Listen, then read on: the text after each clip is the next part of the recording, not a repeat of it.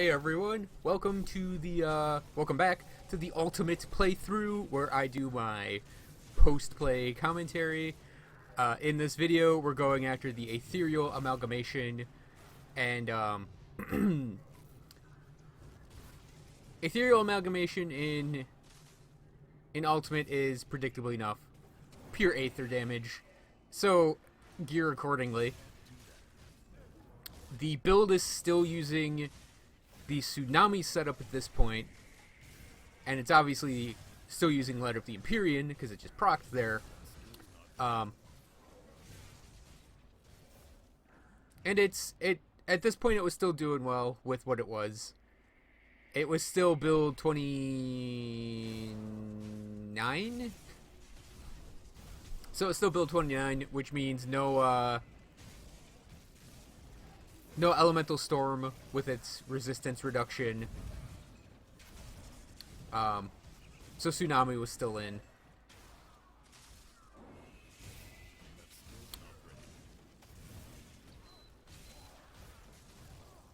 Aether Blaze. So adorable.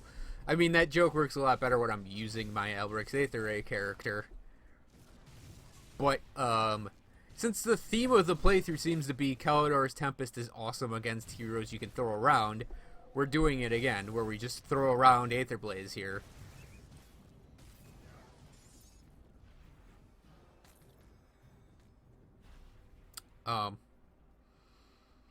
Yeah, the Amalgamation, like, the big thing to look out for with it is its, like, 5 swing attack, where it does the, where it does the 5 swings. It'll like do its little and it shoots out the Aether, not rays, but the Aether waves.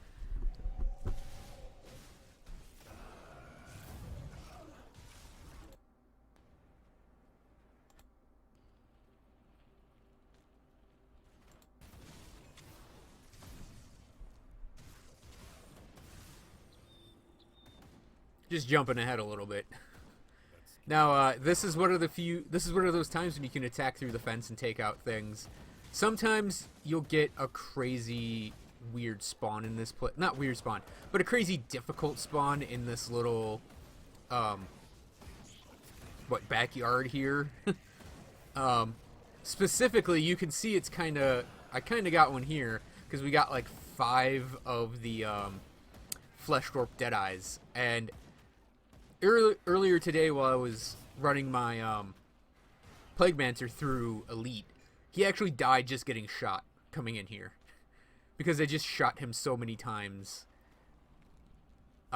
Just five guys, just, you know, boom, boom, boom, boom, boom with the rifles. So point one of the Amalgamation is that was the waves I was talking about. It has those fountains, and those fountains of Aether, I think, are just random. But one tends to end up near you, if not directly on top of you. So, like, I actually think I ran into one accidentally. But yeah, it's something to just be careful about with just watching when they pop up, because they can actually deal a lot of damage to you. And the actual fountains themselves aren't the, like, dot area. It's that glow is also the dot area. So it's a little bigger than you think it is. And, like, I just ended up standing in it there. And, that can be very detrimental to your health. If you fight this thing, no, it does everything in melee and range. There's no difference between its melee and ranged, tactics.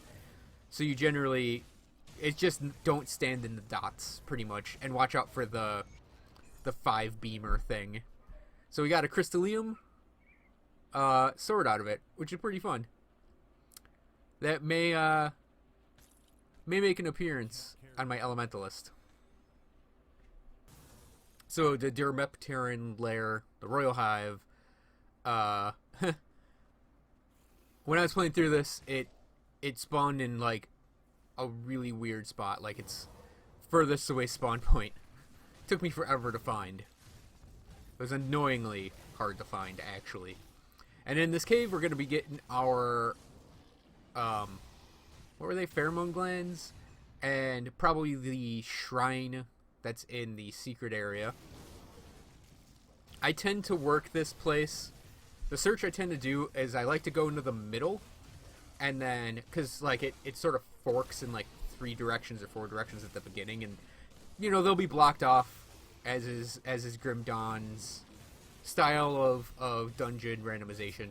So I tend to go in the middle, and if it's my first time in the place, I like to go in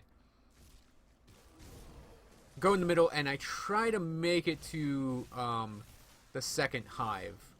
So I'll usually be going for that devotion shrine that's in the secret area. So here is Grand Vizier Lazakal, and Lazakal he was very difficult for my Poison Mancer, insofar as he can have a difficult boss fight. Here it's just basically he's another normal-ish monster with like a poison dot. The only reason he's difficult for a poison character is as a boss he has a lot of poison resistance. But or hero, he has a lot of poison resistance. I mean, he's not too bad, not too surprising.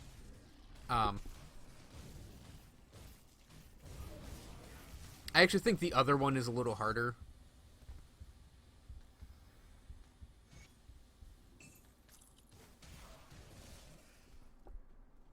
And sometimes, like, they can spawn pretty much anywhere in the first floor here. So, backtracking kind of happens with them.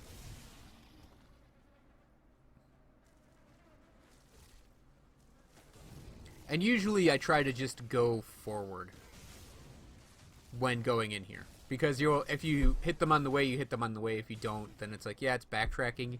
But the Royal Hive is not actually a big area. So had I just gone forward, I would have found them. So I do kind of recommend going forward as a way to just advance through this place. But I usually go for the middle though, because we're right by the skittering den or whatever it's called. So Inixil here is more along the lines of like a beater. He himself deals more damage, and he's got like the burning aura. So I generally do find him a little more difficult than the poison guy. But I mean, they're pretty standard for your derp dons. He also summons the bigger ones, the sentinels or whatever they're called. I should really learn the names of the monsters in the game. But yeah, he's not like anything crazy compared to the other heroes you encounter. So I might be mistaken in that I'm going for that devotion shrine. I don't know if this guy actually needs that shrine at this point in his career. I know I covered it in the Elite playthrough, so it's definitely in there, in the Derpidon area. So we're just going straight to the Queen here to take her down.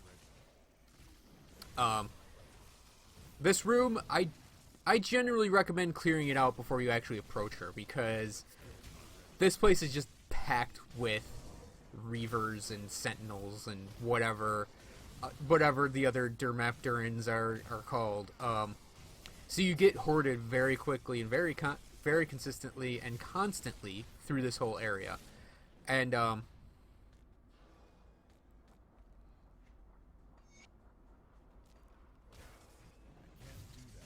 it's a little on the annoying side.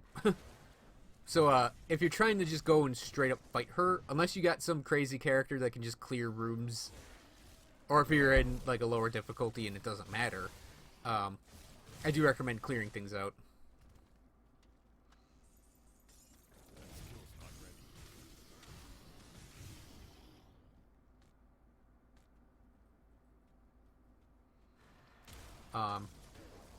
Her fight in Ultimate is need poison res for her first form, and then it's just she becomes like if you're a caster, she's a kite and shoot style boss in her second form, and in melee she's a just tanker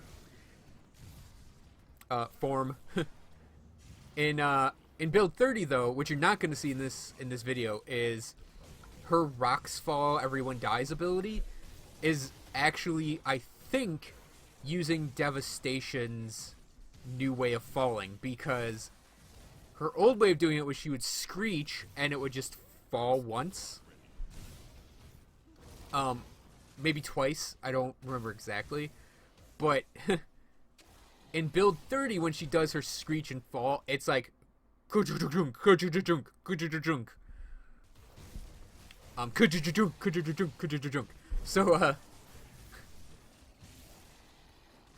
yeah, dealing with that in build 30 is a little more fun, because you actually have to get out of the zone that it hits. I think all the rocks fall in the same spot though.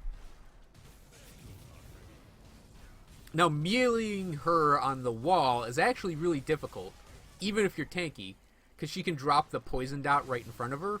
And I mean, I just took a crap ton of damage there, and I had to bug out. And, I had to bug out, and just so I don't die, because that poison dot actually is really painful, especially when she's smacking you around, and you're surrounded and getting attacked on all sides.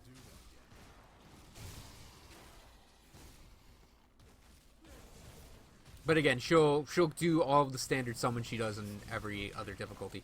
You know, I kind of wish that in Ultimate, sort of like in G rank and Monster Hunter, that they gave the bosses new moves. I mean, it'd be awesome to go in and be surprised by the bosses, and when they do something new and crazy in Ultimate difficulty. Like, nothing that will, like, one-shot you instantly every time they do it, but it would be pretty interesting to just see new things worked into the boss fights in the highest difficulty, aside from it just being stat increases.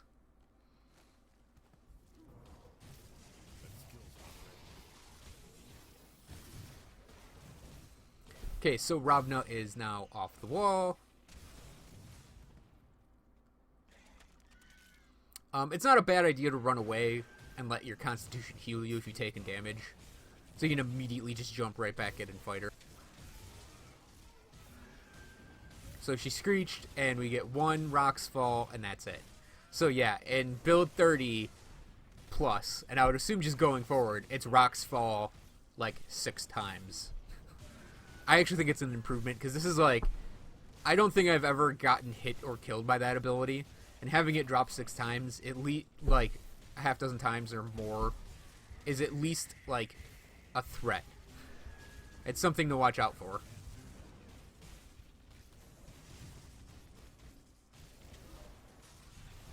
But yeah, otherwise she's a pretty standard. I would assume her damage types are still acid poison, but also pierce and physical. Okay, so that will about cover the Derp Down Lair and the Aether Amalgamation. Thanks for watching, everyone. I hope you enjoyed this video, and I'll see you guys next time.